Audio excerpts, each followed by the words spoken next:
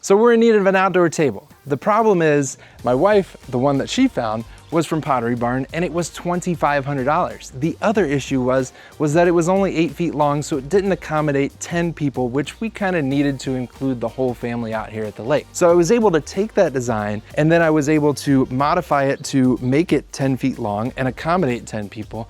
But also the kicker is we only use construction grade lumber from the big box stores so that anybody can build it. And we'll have the plans to do so yourself. The other cool thing is that construction grade lumber only cost me 150 bucks. So I'm gonna show you exactly how I did it in today's video. Let's get started. So I've got this 6x6 and we're gonna be using this as the legs. So I've got to cut it into 30-inch sections. Ooh. 10 feet and a quarter inch. So we really don't have much excess to work with here. So we'll go ahead and start by cutting this into 30-inch sections for the legs. This is actually gonna come up through the tabletop, so that's why we need it to be a true 30 inches. This is gonna take a pass on each side. So we gotta flip this guy over, cut it again.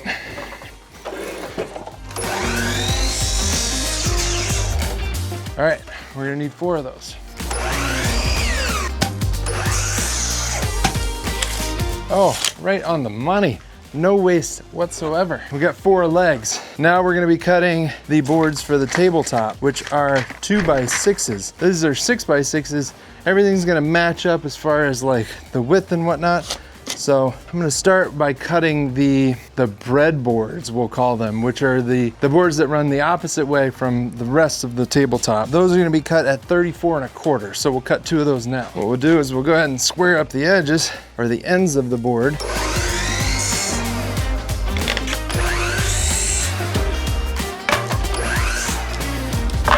Now I've got to cut the rest of these at 107 1/2.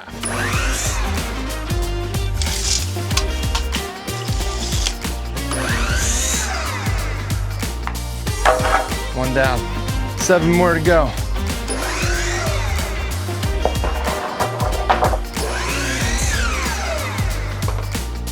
So I don't know if you saw that, but when I cut that board, the end of it just kind of fell apart like that. That means obviously there's a weak spot in the middle of the board. So I'm gonna try and cut as much of that out as I can. I don't have any extra boards, but that was one of those things that I did not see when I was picking it out. That's what I mean right there. So hopefully I got a lot of that out. I think I did, but time will tell.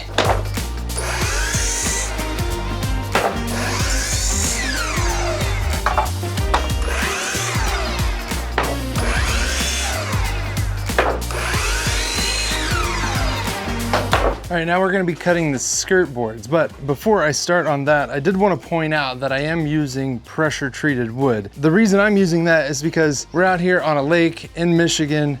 It's gonna be getting sun, wind-driven rain, even though we are under this porch. It's gonna be out here all winter as well, some snow, freezing and all that. So I wanted to make sure that it lasted for as long as possible. A lot of people will say that you can't use treated lumber for outdoor furniture, but the new process of treating lumber does not include arsenic. It's more of it's copper that they inject into one of those types of chemicals or whatever. But what I'm saying is, or what I'm getting at is that the EPA actually says that it is okay to build out of treated lumber for outdoor furniture. So I'm okay with that. Now, dining tables and something that you're eating off of, some people again have a problem with that. However, I tend to eat off of a plate and not directly on the table.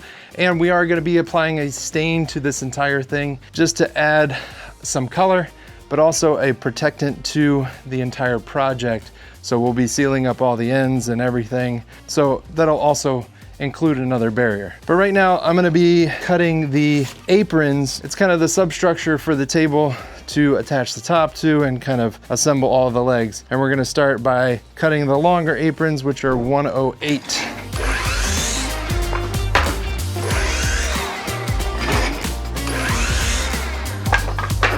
Now, one thing that you wanna make sure of when you're cutting treated lumber is I wouldn't want to be cutting this inside, having a lot of dust floating around and possibly inhaling that. That's why I've got my miter saw set up outside and the breeze is moving this way so it's gonna be taking all that dust away. But when it comes to the chemicals that they use to treat this wood, I would suggest not cutting it inside, or if you are, make sure you wear a respirator or some sort and have some decent airflow.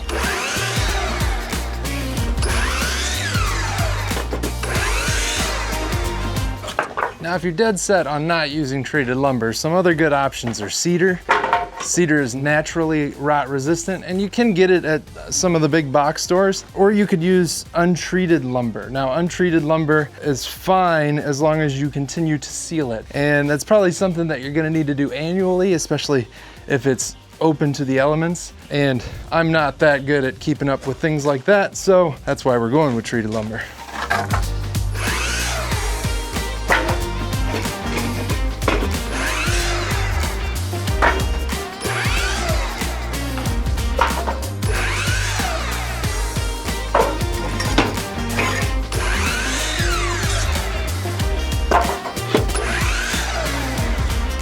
Now for the tabletop, we're actually gonna be spacing these 2x6s by 1/4 of an inch all the way around. And that's just going to allow for wood movement over time with the expansion and contraction, changing of seasons, all that jazz. But it's also gonna allow for drainage. If any water gets on the table, it can just drain through those gaps, made like most outdoor furniture. So what I'm gonna be doing is these 2x6s on the end of them, obviously they gotta be cleaned up. We want them to look good, but at the end, we've got this little eased edge here. So any of these ends, the ends of the 6x6 legs, we're just gonna put a nice little round over just to kind of match what we've got going on this side. You can kind of put these up here and figure out which ones you want to be your top. Obviously that one's got ugly knot on the bottom. That one's kind of chewed up as well. So we'll go with these two as the top. I'm gonna just ease these edges. Now we got some of the boards for the top. Obviously same kind of thing. You want to pick out which side you want for the top. Looks good. And we'll just ease those edges.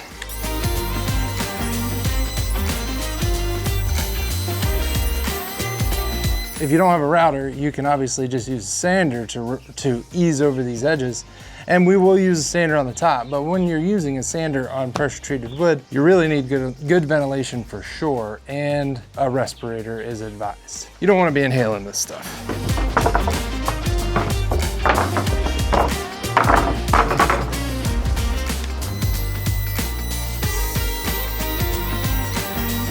Top boards are routed and cut to length. Now we just gotta clean them up a little bit with some sandpaper and get some stain on everything. Now I'm gonna be staining before we assemble this because I want all the cut ends of the boards, and obviously since we're gapping these boards, we wanna be able to get in here good on the sides of the boards. So everything is completely covered with stain, sealed up, ready to go. Let's see if I can get all four. So same thing with the legs. We're just gonna ease over these edges because again, the tops of these legs are gonna be exposed in our table.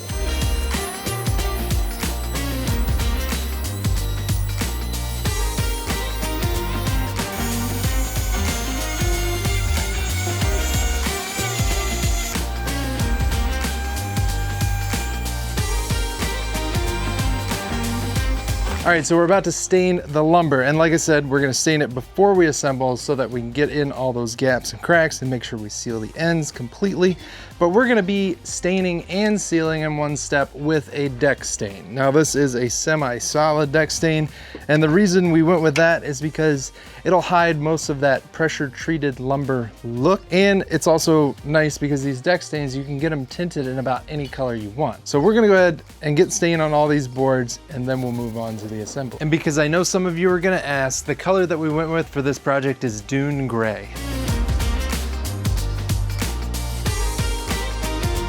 So for the aprons, I'm gonna be using the Craig Jig XL. This is just a larger hole size, and that's going to allow for the, almost like a lag screw that will go into the aprons, or through the aprons and into the 6x6 legs. So maybe a little bit more security there.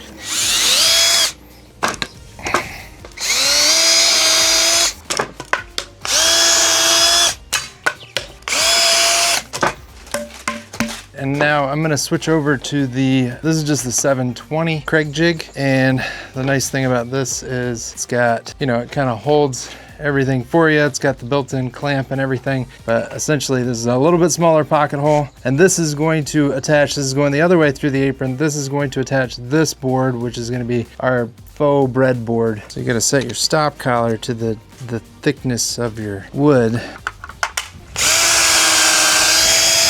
Now what I'm going to do, I'm going to drill 3 pocket holes, evenly spaced.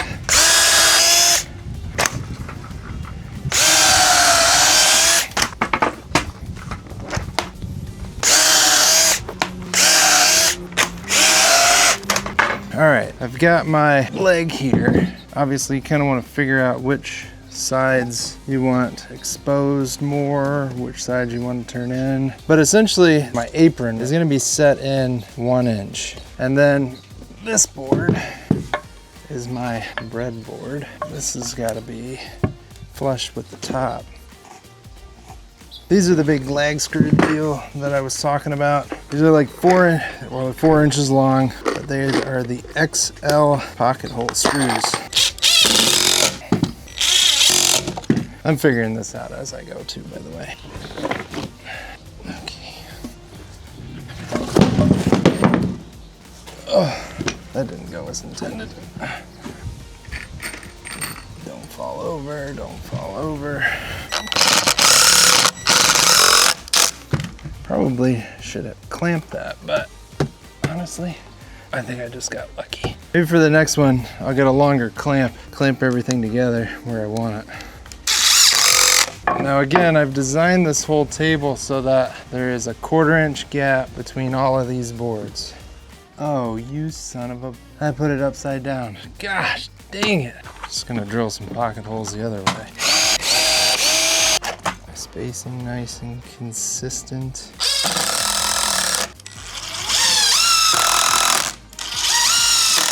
Now, the other thing is, since this breadboard is not going to be attached to anything on this side, I actually need to put another piece of 2x4 in here and then connect that to that. So that's what I'm going to do now. I'm going to drill a couple more of these XL pocket holes, basically do the whole thing over again and put one in a little bit closer to support this side of the boards.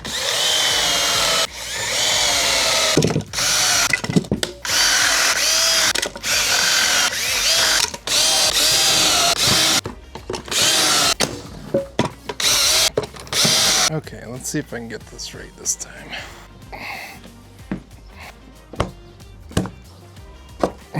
There we go. Well, I will say, those screws are pretty good.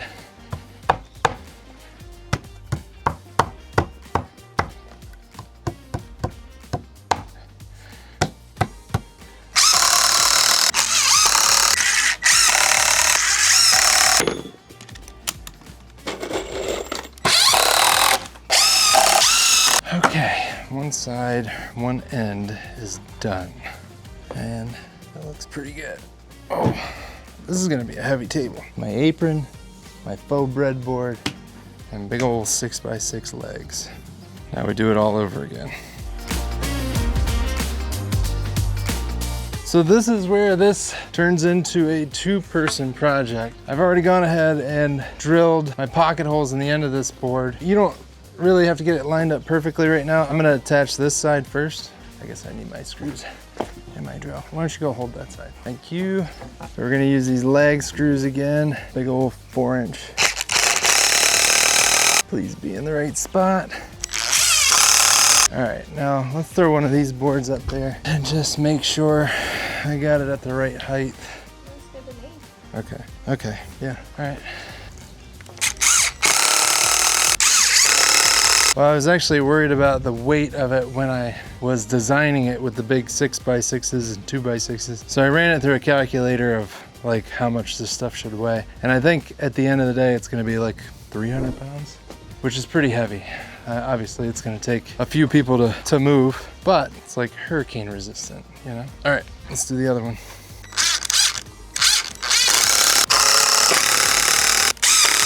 Oh yeah, she's solid. I was worried about this thing wobbling. With just these aprons are basically the only thing that are holding the ends together. But man, those screws are something else. These are the stringers that are gonna go in between these two aprons and support all of the top. So what I'm gonna do now is drill the pocket holes in both ends of these, put a couple of them in there or wedge them in there, and then I need to figure out where the pocket holes are gonna go for each board on the top, since they're all independent and gapped. So I think, and I'll have this in the plans, I'll put measurements in there so that anybody that is building this doesn't have to go through this process. All right, so essentially, okay.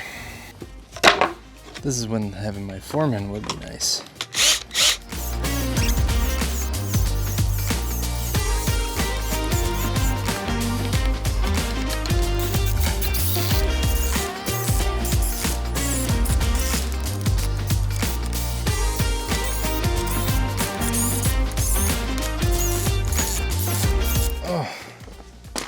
See, the issue I was having is that here's the pocket holes for the aprons, and I was screwing these basically into the same spot. You can kind of see the screw holes, but there's, you know, I've already drilled out a bunch of that wood, so I actually ended up having to space these out a little bit further than I wanted, but I think it will still be fine. We'll go ahead and put one at the other end, and then we'll start putting some boards on there and get an idea of the spacing. But I think I've got it figured out. I went ahead and drilled some in that one.